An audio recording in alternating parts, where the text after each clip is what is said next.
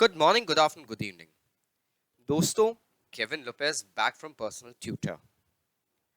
आज हम स्टार्ट कर रहे हैं standard 8th geography chapter 1 that is resources.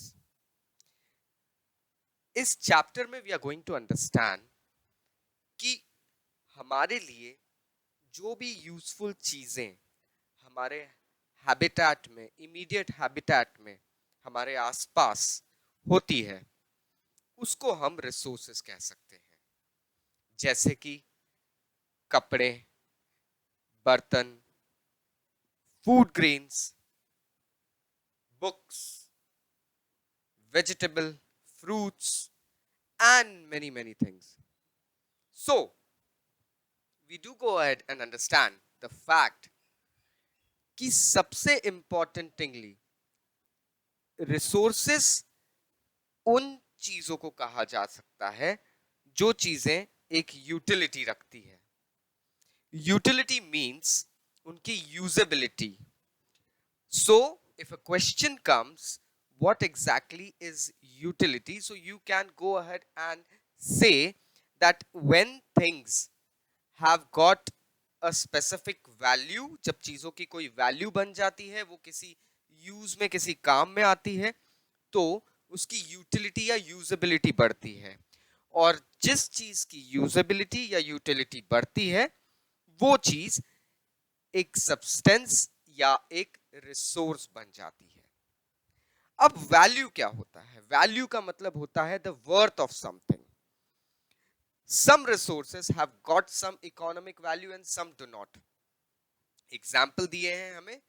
Metals की इकोनॉमिक वैल्यू होती है, हम गोल्ड खरीदने जाते हैं, प्लैटिनम खरीदते हैं, इनकी एक इकोनॉमिक वैल्यू होती है।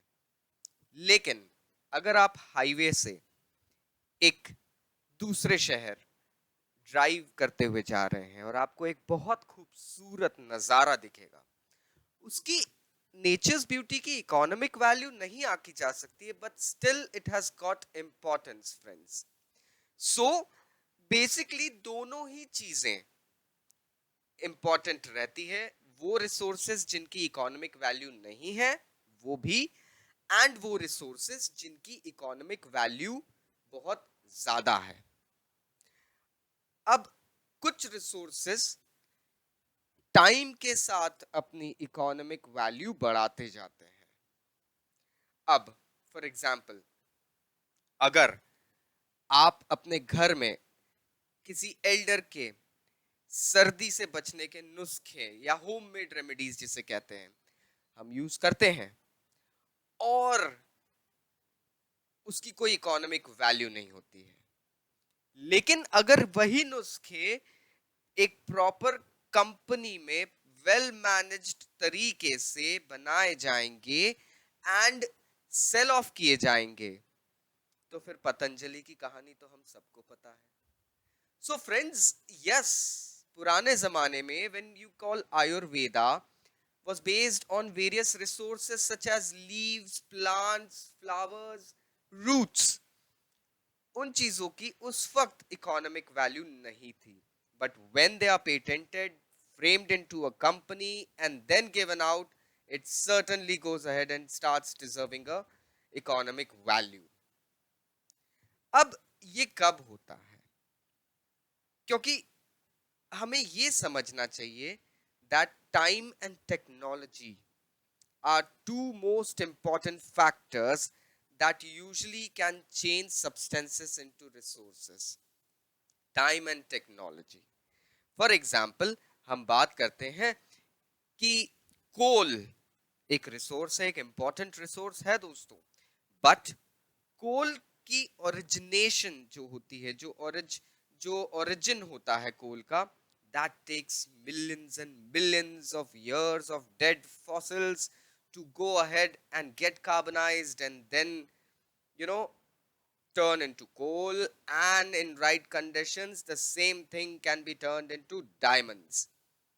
So ये दोनों चीजें और टेक्नोलॉजी लगती है इनके एक्सकवेशन में, ये दोनों चीजें हमें बहुत जरूरी है, हमारे लिए बहुत जरूरी है। आप देखते हैं फायर की खोज अर्ली मैन ने कर ली थी, लेकिन उसमें खाना कुक करके मम्मी के हाथ की टेस्टी दाल मखनी या दाल तड़का किसे पसंद नहीं आती है।